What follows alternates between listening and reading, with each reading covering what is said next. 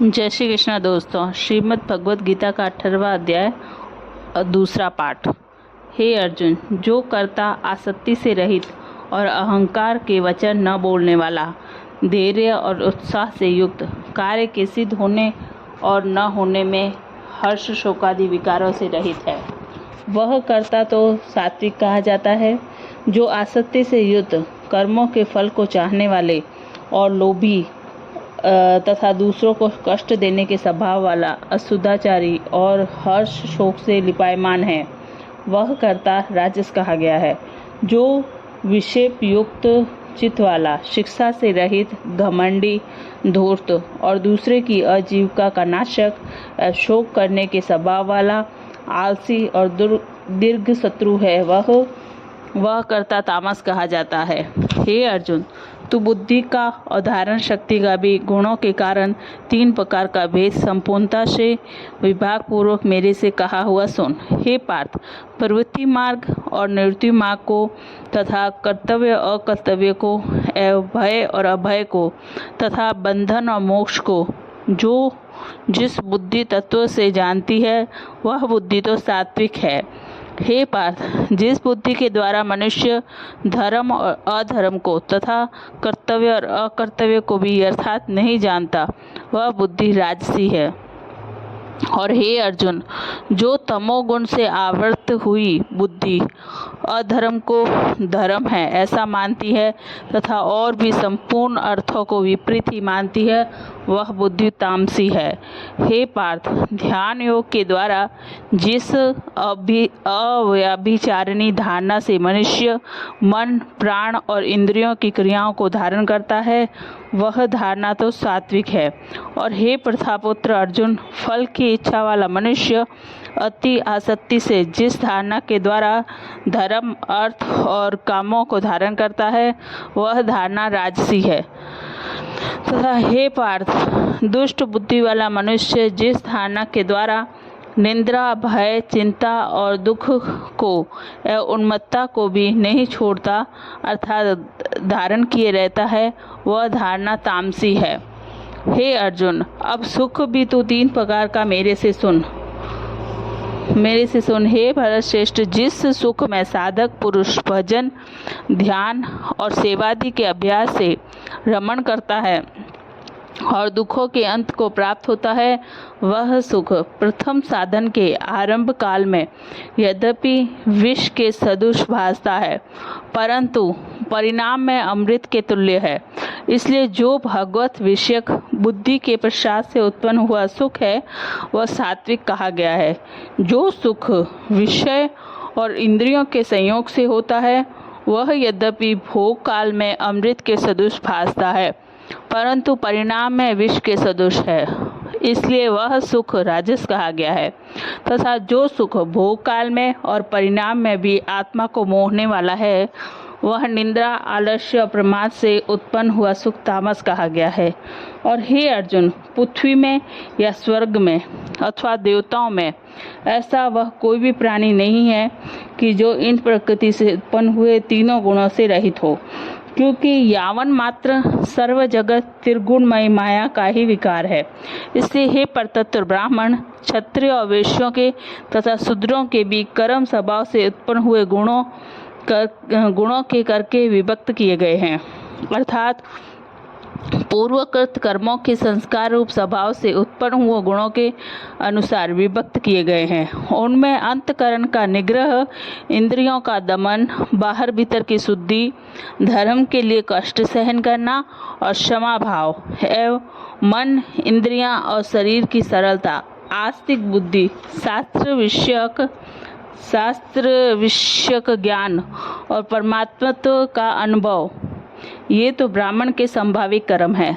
शूरवीरता, तेज, धैर्य, चतुरता और युद्ध में भी न भागने का स्वभाव, दान और स्वामी भाव अर्थात निस्वार्थ भाव से सबका हित सोचकर शास्त्र आज्ञानुसार शासन द्वारा प्रेम के सहित पुत्र तुल्य प्रजा को पालन करने का भाव, ये सब क्षत्रिय के संभाविक कर्म हैं। खेती, गौपालन और क्रय विक्रय रूप सत्य व्यवहार, ये वैश्य के स्वाभाविक कर्म है और सब वर्णों की सेवा करना यह शूद्र का भी स्वाभाविक कर्म है। एवं इस अपने अपने स्वाभाविक कर्मों में लगा हुआ मनुष्य भगवत प्राप्ति रूप परम सिद्धि को प्राप्त होता है। परंतु जिस प्रकार से अपने स्वाभाविक कर्म में लगा हुआ मनुष्य परम सिद्धि को प्राप्त होता है, उस विधि को तू मेरे से सुन। हे अर्जुन, जिस परमात्मा से सर्वभूतों की उत्पत्ति हुई है और जिससे यह सर्व जगत व्याप्त है, उस परमेश्वर को अपने संभाविक कर्म द्वारा पूजकर मनुष्य परम सिद्धि को प्राप्त होता है। इसलिए अच्छी प्रकार आचरण किए हुए दूसरे के धर्म से गुण रहित भी अपना धर्म श्रेष्ठ है, क्योंकि स्वभाव से नियत किए हुए स्वधर्म रूप कर्म को करता हुआ मनुष्य पाप को नहीं प्राप्त होता। अतः हे कुंती पुत्र, दोष युक्त भी संभाविक कर्म को नहीं त्यागता, क्योंकि धुएं से अग्नि के सदृश सब ही कर्म किसी न किसी दोष से आवृत हैं। हे अर्जुन, सर्वत्र आसक्ति रहित बुद्धि वाला, स्पृहा रहित और जीते हुए अंतकरण वाला पुरुष सांख्य योग के द्वारा भी परम निष्कर्ष सिद्धि को प्राप्त होता है, अर्थात क्रिया रहित शुद्ध सच्चिदानंद परमात्मा की प्राप्ति रूप परम सिद्धि को प्राप्त होता है। इसलिए हे कुंती पुत्र, अंतकरण की शुद्धि रूप सिद्धि को प्राप्त हुआ पुरुष जैसे सांख्य योग के द्वारा सच्चिदानंद ब्रह्मा को प्राप्त होता है, तथा जो तत्व ज्ञान की परानिष्ठा है उसको भी तू मेरे से संक्षेप से जान।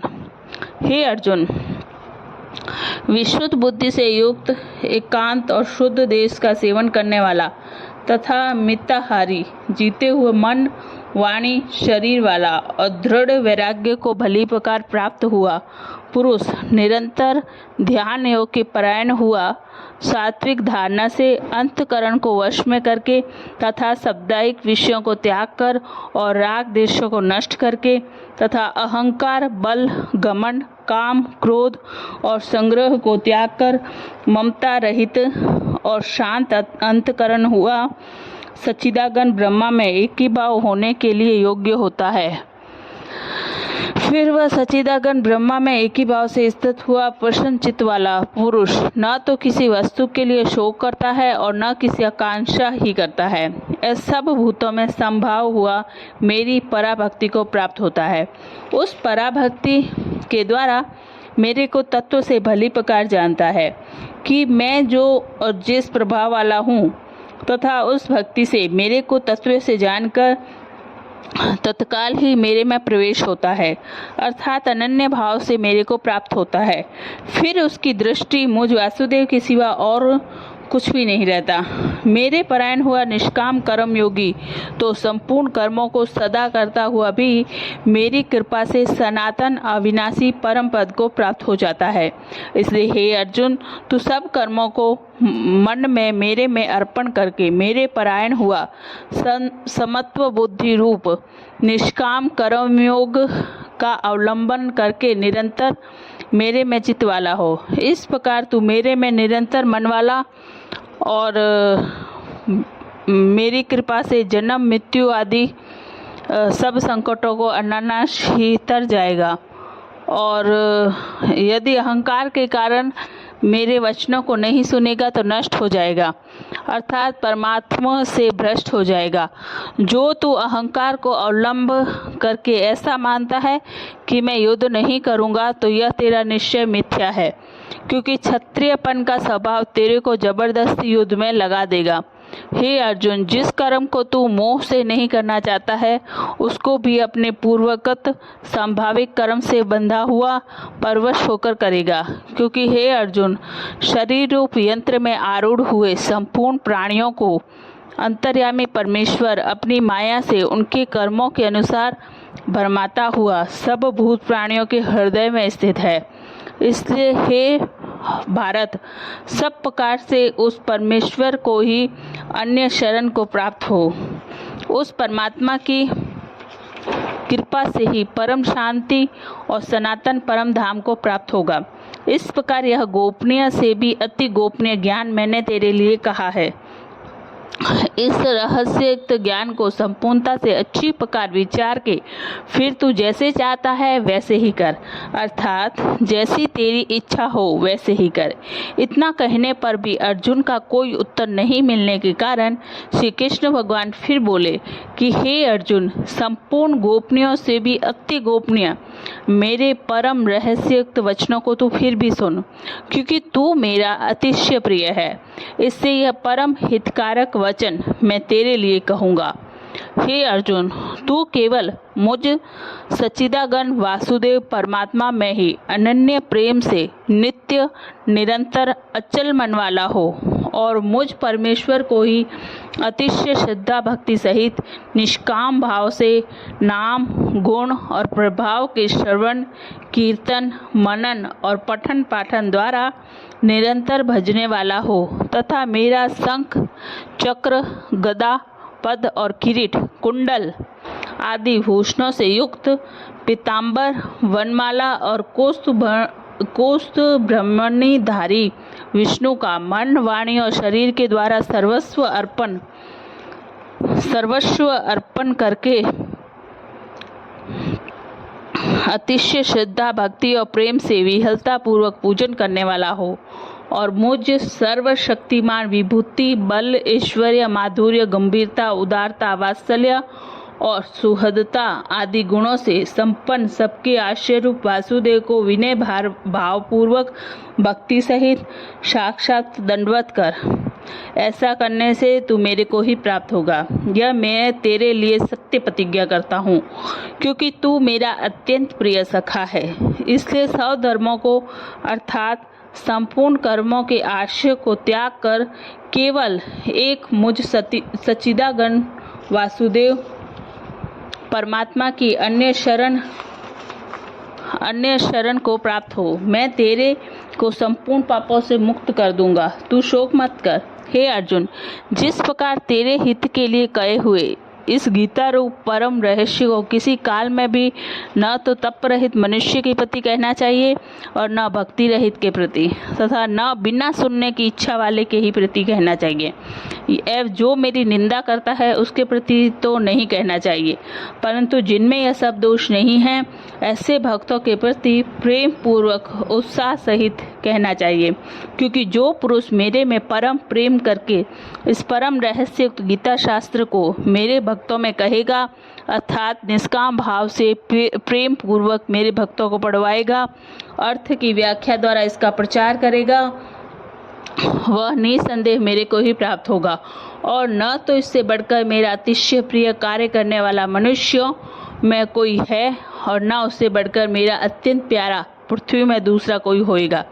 तथा हे अर्जुन, जो पुरुष इस धर्म में हम दोनों के संवाद रूप गीता शास्त्र को पढ़ेगा अर्थात नित्य पाठ करेगा, उसके द्वारा मैं ज्ञान यज्ञ से पूजित होऊंगा, ऐसा मेरा मत है। जो पुरुष श्रद्धायुक्त और दोष दृष्टि से रहित हुआ इस गीता शास्त्र का श्रवण मात्र भी करेगा, वह भी पापों से मुक्त होएगा, उत्तम कर्म करने वालों के श्रेष्ठ लोगों को प्राप्त होएगा। इस प्रकार गीता का महात्म्य कहकर भगवान श्री कृष्णचंद्र आनंद कंद ने अर्जुन से पूछा, हे पार्थ, क्या यह मेरा वचन तूने एकाग्र चित्त से श्रवण किया? हे धनंजय, क्या तेरा अज्ञान से उत्पन्न हुआ मोह नष्ट हुआ? इस प्रकार भगवान के पूछने पर अर्जुन बोले, हे अच्युत, आपकी कृपा से मेरा मोह नष्ट हो चुका है, मुझे स्मृति प्राप्त हुई है, इसलिए मैं संशय रहित हुआ स्थित हूँ और आपकी आज्ञा का पालन करूँगा। उसके उपरांत संजय बोले, हे राजन, इस प्रकार मैंने श्री वासुदेव के और महात्मा अर्जुन के इस अद्भुत रहस्ययुक्त और रोमांचकारक संवाद को सुना।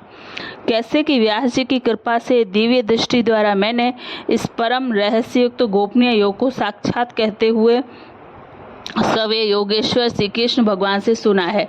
इसलिए हे राजन, श्री कृष्ण भगवान और अर्जुन के इस रहस्ययुक्त कल्याणकारक और अद्भुत संवाद को पुनः पुनः सिमरन करके मैं बारंबार हर्षित होता हूँ तथा हे राजन, श्री हरि के उस अति अद्भुत रूप को भी पुनः पुनः सिमरन करके मेरे चित्त में महान आश्चर्य होता है और मैं बारंबार हर्षित होता हूँ। हे राजन, विशेष क्या कहूँ।